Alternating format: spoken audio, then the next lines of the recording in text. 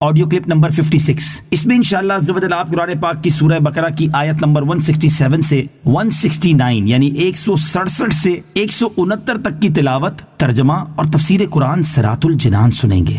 بسم اللہ الرحمن الرحیم۔ ترجمہ: اللہ کے نام سے شروع جو نہایت مہربان رحمت والا ہے۔ وقال الذين اتبعوا لو أن لنا كرة فنتبرأ منهم كما تبرؤوا منا كذلك يريهم الله أعمالهم حسرات عليهم وما هم بخارجين من النار۔ ترجمہ: اور پیروکار کہیں گے اگر ہمیں ایک مرتبہ لوٹ کر جانا مل جائے تو ہم ان پیشواؤں سے ایسے ہی بیزار ہو جاتے جیسے کہ ہم سے بیزار ہوئے ہیں۔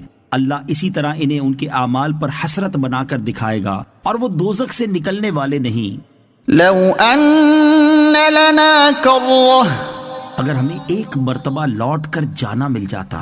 تفسیر صراط الجنان میں ہے، کافر انتہائی تمنا کریں گے کہ کاش انہیں ایک مرتبہ دنیا میں لوٹ کر جانا مل جائے تو اولاً اپنے پیشواؤں سے بیزاری کا اظہار کر لیں، مزید اپنے باطل معبودوں سے بیزار ہو جائیں، اور تیسرا ایمان لا کر نیک اعمال کریں۔ کافروں کی موت کے وقت بھی ایسی ہی تمنائیں ہوتی ہیں، جیسا کہ سورہ مومنون آیت نمبر 99 اور 100 میں ہے کہ کافر کہے گا اے اللہ مجھے واپس لوٹا دے تاکہ میں کچھ تو نیکی کر لوں۔ یوں ہی سورہ زمر آیت نمبر 58 میں ہے، کافر کہے گا اے کاش کہ مجھے ایک مرتبہ واپسی مل جائے تاکہ میں نیکیاں کر لوں۔ اس طرح کا مضمون پارہ 24 سورہ زمر اور سورہ مومن میں کثرت سے بیان کیا گیا ہے۔ کذالک یریہم اللہ اعمالہم، اللہ اسی طرح انہیں ان کے اعمال دکھائے گا۔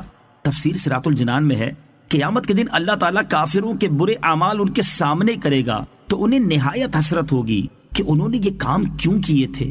ایک قول یہ ہے کہ جنت کے مقامات دکھا کر ان سے کہا جائے گا اگر تم اللہ تعالیٰ کی فرما برداری کرتے تو یہ تمہارے لیے تھے، پھر جنت کی وہ عالیشان منزلیں مومنین کو دے دی جائیں گی۔ یا ایہا الناس کلوا مما فی الارض حلالا طیبا ولا تتبعوا خطوات الشیطان انہ لکم عدو مبین۔ ترجمہ: اے لوگو، جو کچھ زمین میں حلال پاکیزہ ہے اس میں سے کھاؤ اور شیطان کے راستوں پر نہ چلو، بے شک وہ تمہارا کھلا دشمن ہے۔ کلو مما فی الارض حلالا طیبا، جو کچھ زمین میں حلال پاکیزہ ہے اس میں سے کھاؤ۔ تفسیر صراط الجنان میں ہے، مشرکین نے اپنی طرف سے بہت سے جانوروں کو حرام قرار دیا ہوا تھا۔ اس کی متعلق یہ آیت نازل ہوئی کہ زمین میں پیدا شدہ چیزیں اللہ تعالیٰ نے حلال کی ہیں اور لوگوں کے نفع کے لیے ہی انہیں پیدا کیا ہے، لہٰذا صرف ان چیزوں سے بچو جنہیں اللہ تعالیٰ نے خود منع فرما دیا، اور جن چیزوں سے اللہ تعالیٰ نے منع نہیں فرمایا وہ سب حلال ہیں۔ اللہ تعالیٰ کی حلال کی ہوئی چیزوں کو حرام قرار دینا کیسا ہے؟ اس سے معلوم ہوا کہ اللہ تعالیٰ کی حلال کی ہوئی چیزوں کو حرام قرار دینا اس کی رضاکیت سے بغاوت ہے۔ مسلم شریف کی حدیث ہے کہ اللہ تعالیٰ فرماتا ہے جو مال میں اپنے بندوں کو عطا فرماتا ہوں وہ ان کے لیے حلال ہے، اور اسی حدیث میں ہے کہ میں نے اپنے بندوں کو باطل سے بے تعلق پیدا کیا، پھر ان کے پاس شیاطین آئے اور انہوں نے لوگوں کو دین سے بہکایا، اور جو میں نے ان کے لیے حلال کیا تھا اس کو حرام ٹھہرایا۔ انما یأمرکم بالسوء والفحشاء وان تقولوا علی اللہ ما لا تعلمون۔ ترجمہ: وہ تمہیں صرف برائی اور بے حیائی کا حکم دے گا، اور یہ حکم دے گا کہ تم اللہ کے بارے میں وہ کچھ کہو جو خود تمہیں معلوم نہیں۔ انما یأمرکم بالسوء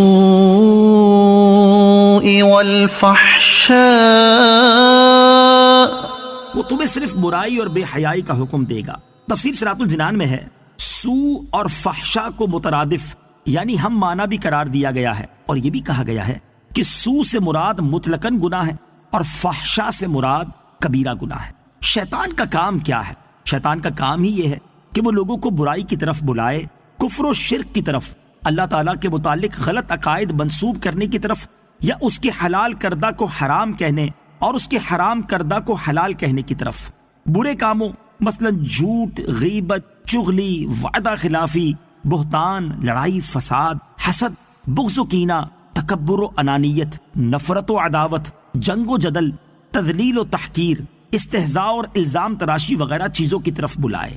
یوں ہی بے حیائی کے کام، گانے باجے، فلمیں، ڈرامے، ناچ، مجرے، بدنگاہی، فحش گفتگو، گندی باتیں، ناجائز تعلقات، بری نیت سے دیکھنا، چھونا، بدکاری وغیرہ گناہوں کی طرف بلانا شیطان کا کام ہے۔ افسوس کی بات ہے کہ آج کل ان برائیوں میں سے بہت سی چیزوں کی طرف بلانے میں گھر والوں اور دوست احباب، گھر، بازار، معاشرہ، افسر وغیرہ کا تعاون یا ترغیب ہوتی ہے۔ کوئی آدمی نیکیوں کی طرف آنے کا سوچتا بھی ہے تو مذکورہ بالا افراد اسے کھینچ کر گناہوں کی طرف لے جاتے ہیں۔ اے کاش ہمیں اچھی صحبت، اچھا مطالعہ، اچھا گھرانہ اور اچھے